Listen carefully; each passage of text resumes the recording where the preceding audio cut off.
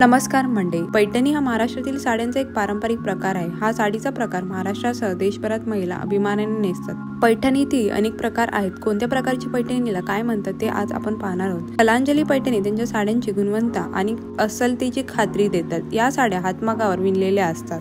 मुनिया पैठणी। मुनिया पैठणीचे मुख्य वैशिष्ट्य म्हणजे तिच्या काठांवर आणि पदरावर बारीक विणलेले पोपटाचे नक्षीकाम। हे पोपट सहसा हिरव्या किंवा लाल रंगाच्या रेशीम धाग्याने विणले जातात, ज्यामुळे ते उठून दिसतात। शिवशाही पैठणी। शिवशाही पैठणीचा पदर अतिशय भरजरी असतो, ज्यावर आकर्षक नक्षीकाम केलेले असते। हे काम अतिशय कुशल कारागीर करतात। राजहंस पैठणी। अनेक राजहंस पैठणी साड्यांमध्ये मीनाकारी विणकाम केले जाते, यामुळे डिझाईन अधिक रंगीत आणि ठळक दिसते। सेमी इरकल पैठणी। या साडीमध्ये पैठणीच्या पारंपरिक मोर, पोपट आणि कमळ यासारख्या नक्षीकामाचा आणि इरकलच्या चौकटी पॅटर्नचा वापर केला जातो, त्यामुळे साडीला एक वेगळा आणि आकर्षक लुक मिळतो। चंद्रकोर पैठणी। या साडीचे मुख्य आकर्षक म्हणजे तिच्या काठांवर आणि पदरावर दिसणारी चंद्रकोर। ही नक्षी सोन्याच्या किंवा चांदीच्या जरीने विणलेली असते, ज्यामुळे ती उठून दिसते। सिको पैठणी। सिको पैठणी अस्सल रेशीम पैठणीच्या तुलनेत खूप हलकी असते। सुती धाग्यांच्या वापरामुळे ही साडी नेसण्यासाठी अतिशय आरामदायक असते, विशेषतः उष्ण हवामानात। चंद्रकोर काडियाल पैठणी। या पैठणीच्या काठांवर आणि पदरावर चंद्रकोर आणि चांदण्याचे नक्षीकाम विणलेले असते। ही डिझाईन साडीला एक खास आणि आकर्षक स्वरूप देते।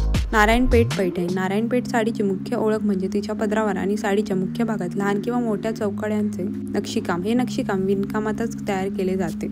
गडवाल सिल्क पैठणी। या साडीमध्ये गडवाल सिल्क साडीचं विशिष्ट भरजरी सोनेरी पदर आणि पैठणीच्या पारंपरिक मोर, पोपट आणि कमळ यासारख्या नक्षीकामाचा संगम दिसून येतो। व्हिडिओमध्ये दाखवलेले पैठणीचे प्रकार तुम्हाला आवडले असतील तर व्हिडिओ लाईक आणि चॅनलला सबस्क्राईब करायला विसरू नका। चला तर मग मंडे भेटू नेक्स्ट व्हिडिओमध्ये। Till then bye.